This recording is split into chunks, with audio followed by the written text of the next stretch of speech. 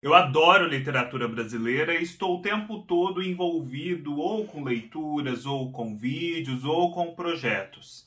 E, portanto, decidi trazer para vocês aqui uma lista com 10 livros através dos quais você pode se iniciar pela literatura brasileira, caso não tenha tanto costume com ela. Eu procurei fazer uma seleção que mistura títulos mais conhecidos com títulos menos óbvios, mas todos eles de uma certa forma acessíveis e significativos na medida em que iluminam aspectos essenciais da nossa literatura, da produção contemporânea ou antiga, ou do porquê certos livros se tornaram clássicos dentro do nosso cânone. Apesar de seguir uma ordem cronológica de exposição, eu faço uma subversão dessa ordem cronológica e começo pelos tempos mais modernos para só então chegar aos tempos mais remotos. Comprando qualquer um dos livros aqui citados ou qualquer outro produto, desde que através dos links abaixo da Amazon, você ajuda o canal com uma pequena porcentagem da sua compra. Desde já eu agradeço a todos que fazem essa colaboração tão importante. O primeiro livro com o qual eu começo é o polêmico e que, no entanto, eu gostei bastante e eu acho que numa releitura vou gostar ainda mais, Divórcio, do Ricardo Lísias. Se vocês quiserem entender o nível de opiniões diversas que esse livro provoca, eu vou deixar aqui na descrição do vídeo 2 vídeos de colegas minhas que eu amo, Tatiana Feltrin e Rita Araújo. Tatiana Feltrin detestando o livro numa das suas resenhas negativas mais interessantes. E a Rita Araújo, de outro lado, adorando o livro, entusiasmadíssima e já fazendo muitos projetos de leitura de outras obras do Ricardo Lísias. Por que eu considero esse livro significativo? Porque ele, além de interessante por si só, vai iluminar aspectos da produção contemporânea que são muito importantes. Ele meio que condensa todos eles aqui.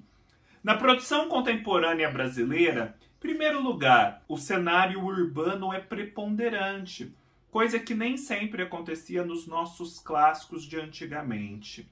Aqui nós temos uma São Paulo cosmopolita, uma São Paulo dos anos 2000, portanto, essa São Paulo que é essa selva de concreto, um pouco opressora e ao mesmo tempo abrindo brechas de liberdade para os indivíduos.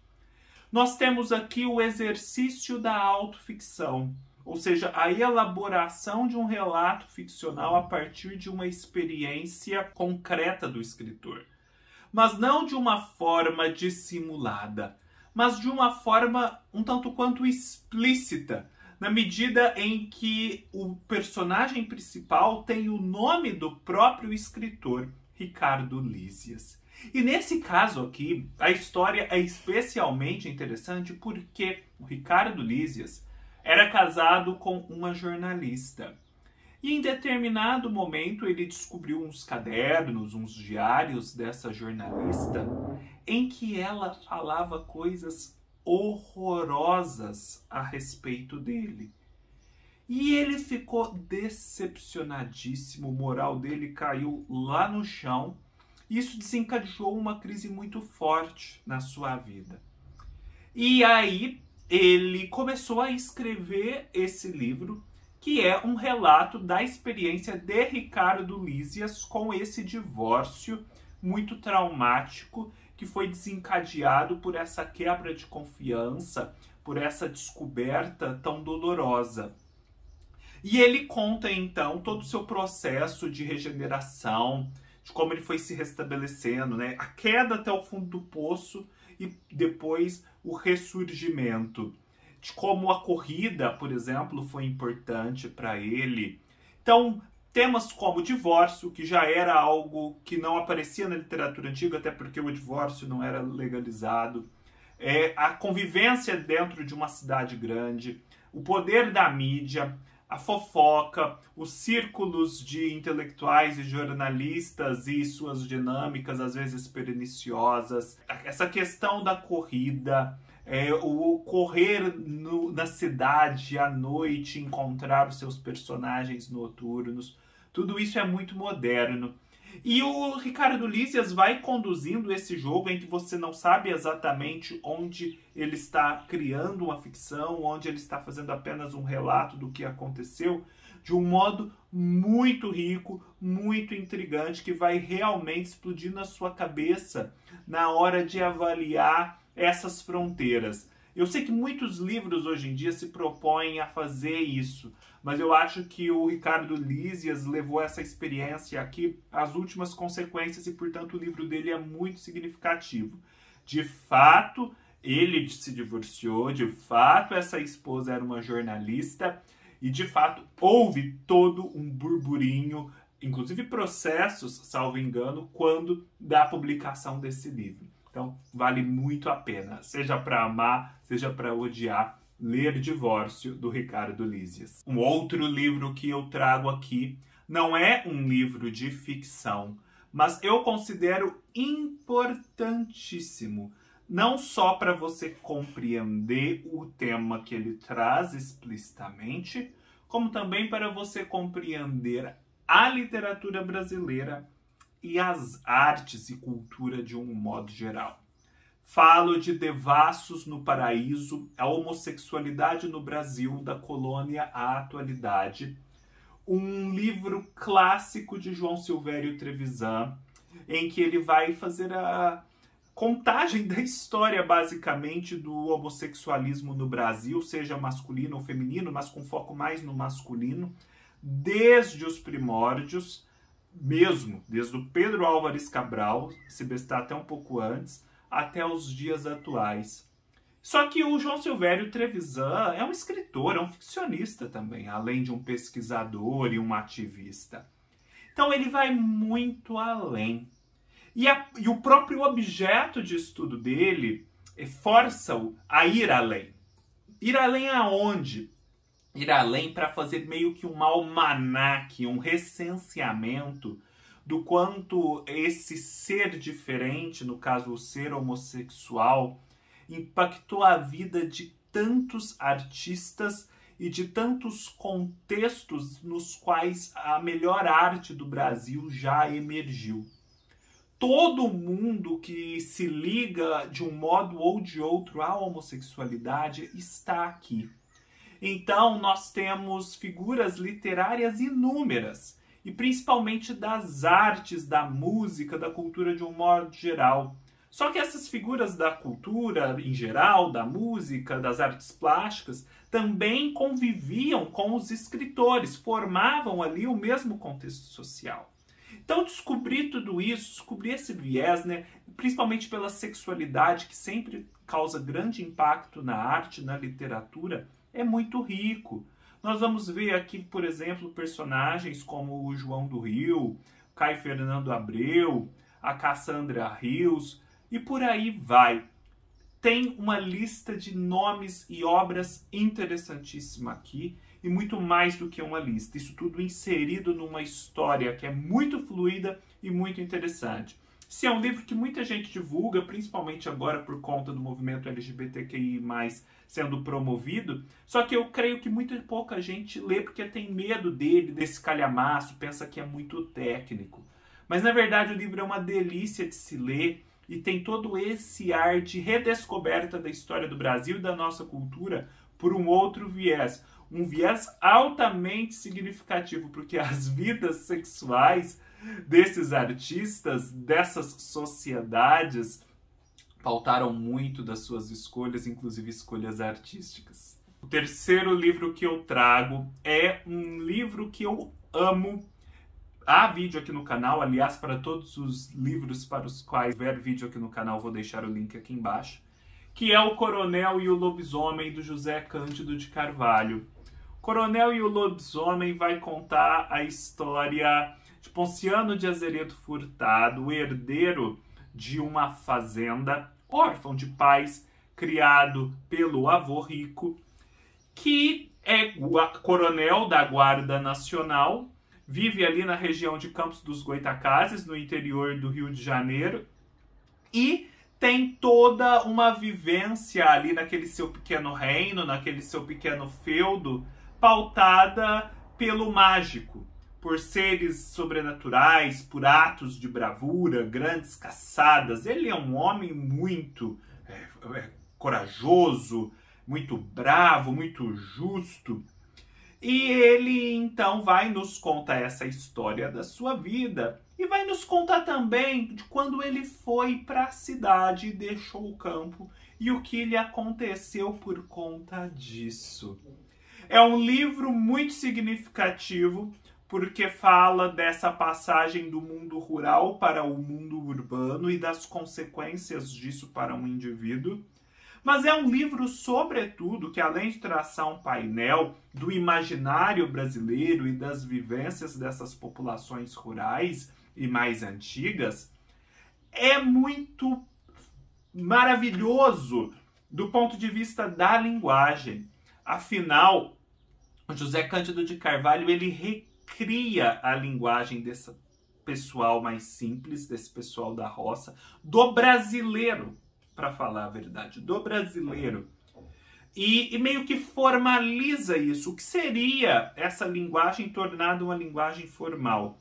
E o filtro que ele utiliza para isso é a linguagem dos cartórios, a linguagem forense do direito. E essa escolha é fenomenal, porque no Brasil, para as pessoas simples, sobretudo, o falar certo, a pessoa instruída, sempre foi o bacharel em direito, o advogado, o promotor, o juiz, o delegado. Então, ao fazer essa combinação explosiva, o José Cândido de Carvalho cria uma língua toda própria e uma língua que não é inacessível, muito pelo contrário, é uma língua que convida o leitor a entrar nessa história antes que o afasta e que é muito engraçada na boca do coronel Ponciano de Azeredo Furtado. Este é um dos livros mais divertidos da literatura brasileira e tenho certeza de que é muito difícil alguém o ler e não gostar. Quarto livro que eu trago, de certo modo, também toca nessa transição tão importante para a sociedade brasileira, que foi a do campo para a cidade, e que é Uma Vida em Segredo, do Altran Dourado. Neste livro nós vamos acompanhar a história da prima Biela, que é uma jovem também órfã, assim como o coronel Ponciano de Azeredo Furtado, mas órfã apenas de mãe, que foi criada pelo pai apenas numa fazenda lá longe, longe de toda a instrução, longe de outras mulheres, que portanto cresceu assim meio agreste, meio grosseirona, muito simples, cheia de arestas aos olhos da sociedade mais polida da cidade. E a prima Biela, aos 18 anos mais ou menos, se vê aí sim, órfã também de pai, e sozinha no mundo, uma mulher, tendo que administrar muitas propriedades. Afinal, apesar da rusticidade, ela era uma mulher muito rica, herdara muitas terras. E o pai deixara como tutor um primo da cidade, e ela então precisa ir morar com esse primo e a esposa dele na cidade e aprender a ser uma pessoa diferente nesse ambiente citadino. Só que a prima Biela, ela tem uma resistência muito forte, muito natural, muito orgânica. E apesar de, a princípio, ela tentar ser essa outra pessoa, ao final ela vai defender a possibilidade de ser uma pessoa diferente, de ser uma pessoa simples. Esse livro é fundamental, esse livro é espetacular, uma das minhas melhores leituras de 2021, por conta então desse tema tão importante para o Brasil, por conta dessa história que é a história de uma mulher simples que quer continuar sendo uma mulher simples. História essa que já dialoga muito com outro livro da literatura brasileira, que é A Hora da Estrela e a Macabeia, de Clarice Lispector. E é um livro em que o Altran Dourado mostra toda a sua arte, mostra toda a sua destreza por debaixo da aparente simplicidade.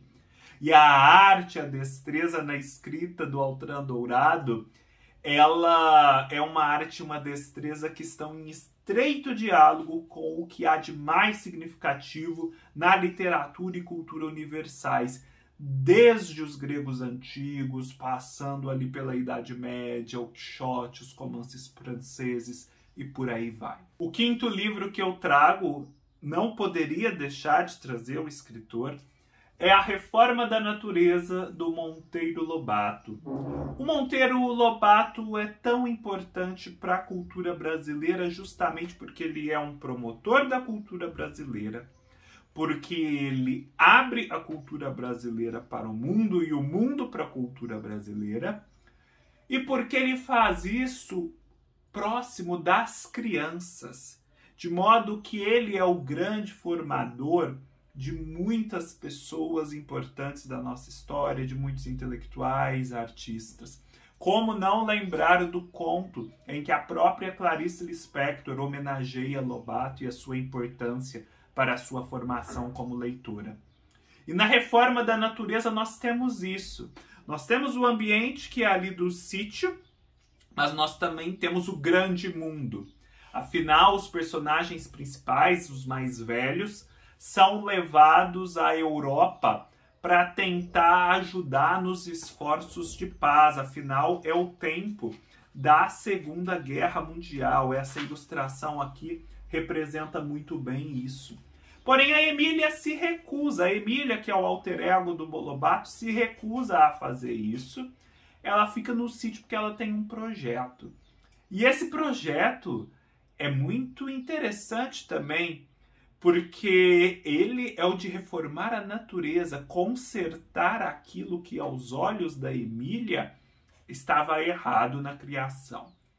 Então, ao mesmo tempo que nós temos esse pano de fundo, né, da guerra realizada entre os homens, entre as pessoas importantes lá na Europa e o Brasil aqui meio de lado, nós temos a Emília descendo fundo no que há de mais intricado na estrutura da realidade, ou seja, o próprio mundo natural, e tentando reformá-lo. E aí vamos acompanhando as consequências inusitadas dessas intervenções.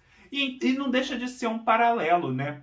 A intervenção da Emília na natureza e também as ações deletérias dos homens lá na Europa através da guerra, que também afetam o mundo, né, de um modo geral, a natureza. Começar pela natureza humana. Então, um livro fantástico e que é muito significativo do que o Lobato significa para a literatura brasileira, dessas janelas que ele abre. Outro livro que também tem um viés cômico, assim como o Coronel e o Lobisomem, e que é uma delícia, é o famoso Alto da Compadecida, do Ariano Suassuna.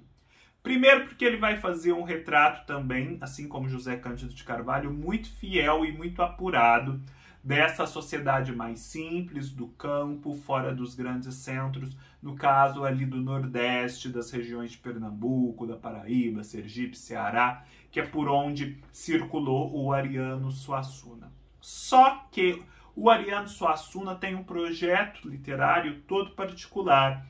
Ele não vai fazer isso de qualquer modo. Ele não vai ser simplesmente engraçado nesse livro. Ele vai ver naquelas manifestações populares as suas raízes mais antigas. E essas raízes mais antigas estão, no mais das vezes, lá na Europa, lá na Idade Média. E então, por debaixo da simplicidade do livro, por debaixo da comicidade do livro, está um grande diálogo do Ariano Suassuna com a tradição europeia, com o teatro espanhol, com o teatro medieval, com o Dom Quixote e por aí vai. Então é o melhor exemplo de como fazer essa ponte entre o Brasil e o mundo de uma forma orgânica e de uma forma que não parte, sei lá, das sociedades cultas de São Paulo e Rio de Janeiro querendo ser parisienses, mas sim do povo simples do Nordeste que guarda em suas tradições muito do que veio, sei lá, do período medieval ibérico. Então, vale muito a pena, além de ser uma delícia de ler. O outro livro que eu trago é um livro que faz uma ótima junção entre o presente e o passado, e que explica muitas coisas decisivas para a literatura brasileira. Machado, do Silviano Santiago. O Silviano Santiago é um crítico e escritor brasileiro muito sofisticado, muito contemporâneo, e que trabalha muito com técnicas modernas, técnicas de colagem literária, de pastiche, por aí vai.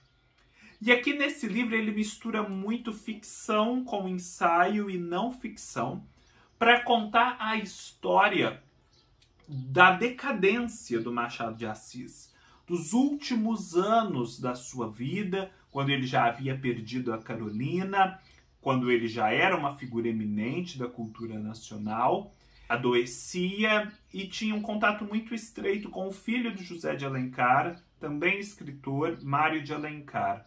Ao mesmo tempo que isso acontecia, havia aquela grande reforma no Rio de Janeiro, em que boa parte da cidade foi colocada abaixo e construída uma nova. Então é um romance não de formação, mas do desfazimento, né, do ser na velhice, digamos assim, mas não um desfazimento lógico de desintegração, mas de a decadência mesmo. E também é um romance que vai lançar muitas luzes sobre essa transição, né, do Rio de Janeiro antigo para o moderno, e o Rio de Janeiro era o Brasil naquela época, em grande medida, e também sobre as dinâmicas muito interessantes da Academia Brasileira de Letras, que o Machado de Assis fundou. Academia essa que meio que pauta e é o grande emblema da literatura brasileira, para o bem ou para o mal, ao longo de todo o século XX até hoje. Afinal, estamos ainda comentando as eleições recentes de Gilberto Gil e Fernanda Montenegro para a ABL. Então, vale muito a pena. Esta foi a minha leitura favorita do ano em que eu a fiz. Outro livro de transição, desta vez da monarquia para a república, e que faz uma radiografia do Brasil, que é ainda uma radiografia atual, é um exame atual e vigente. É Triste Fim de Policarpo Quaresma, do Lima Barreto. Esse personagem, o Major Policarpo Quaresma, que é esse ufanista que deseja promover o que é genuinamente brasileiro. E essa questão do que é genuinamente brasileiro é a questão maior da literatura brasileira desde o seu princípio. De um modo ou de outro, as nossas maiores obras tentam responder a essa pergunta: o que é ser brasileiro? Como lidar com as influências externas? O que é nosso, o que não é? Como formatar tudo isso? Então esse livro toca nessa questão, toca na hipocrisia das elites, no desalento que houve, né, nessa transição da monarquia para a república, as promessas não cumpridas, a falta de participação popular. E toca também no tema tão atual do desprezo da elite brasileira pela cultura, do apego aos diplomas, às superficialidades, do desprezo pelo conhecimento, pelos livros. Um livro atualíssimo, além de uma leitura deliciosa, uma prosa muito cativante. Eu já li O Triste Fim de Policarpo Quaresma umas 4 vezes, 5 vezes, já até perdi a conta. Outro livro mais ou menos do mesmo período e que é assim um estouro em termos de possibilidades de leitura que ele abre. O Alienista, do Machado de Assis. Essa é uma edição antiga, mas agora vocês podem encontrar uma edição bem bonita publicada pela editora Antofágica, que eu vou deixar aqui no vídeo. Simão Bacamarte, um alienista, ou seja, um médico que estuda a mente, decide ali numa pequena cidade instalar uma casa de orates, um sanatório. E ele, imbuído do poder da ciência, imbuído das prerrogativas que um diploma lhe confere, começa a internar pessoas. Problema, chega um momento em que praticamente há mais pessoas dentro do sanatório do que fora. E aí então vem todo aquele questionamento sobre os limites da ciência, sobre as relações entre ciência e poder, de como nossas classes políticas agem em situações de crise, enfim, a crença do povo em certos personagens. Eu tenho um vídeo muito extenso sobre esse livro, em que eu faço uma análise bem profunda e eu creio até um pouco original sobre o enredo. É um livro assim que é uma delícia de se ler, tem uma ação muito bacana, é muito dinâmico e que eu recomendo fortemente. Se você nunca leu Machado de Assis, comece lendo O Alienista. E por fim, mas não menos importante, eu trago um resumo de tudo isso. Esse livro espetacular que eu tive a oportunidade de fazer uma leitura profunda dele no ano de 2020, que é Os 100 Melhores Contos Brasileiros do Século. A seleção feita aqui pelo professor Ítalo Morricone é excelente, não dá para falar nada de ruim contra ela. E ele mostra a potência da literatura brasileira, a potência do gênero conto. Ele te faz descobrir facetas novas de escritores conhecidos, te faz revisitar contos clássicos e conhecer obras magníficas de escritores que infelizmente foram ficando pelo caminho. Nós, aqui no Brasil, somos um povo de memória curta. E no campo literário, ainda mais. Aqui a gente vê quanta gente produziu no século XX, pois é ao século XX que se refere o século aqui do título, e infelizmente está hoje esquecida.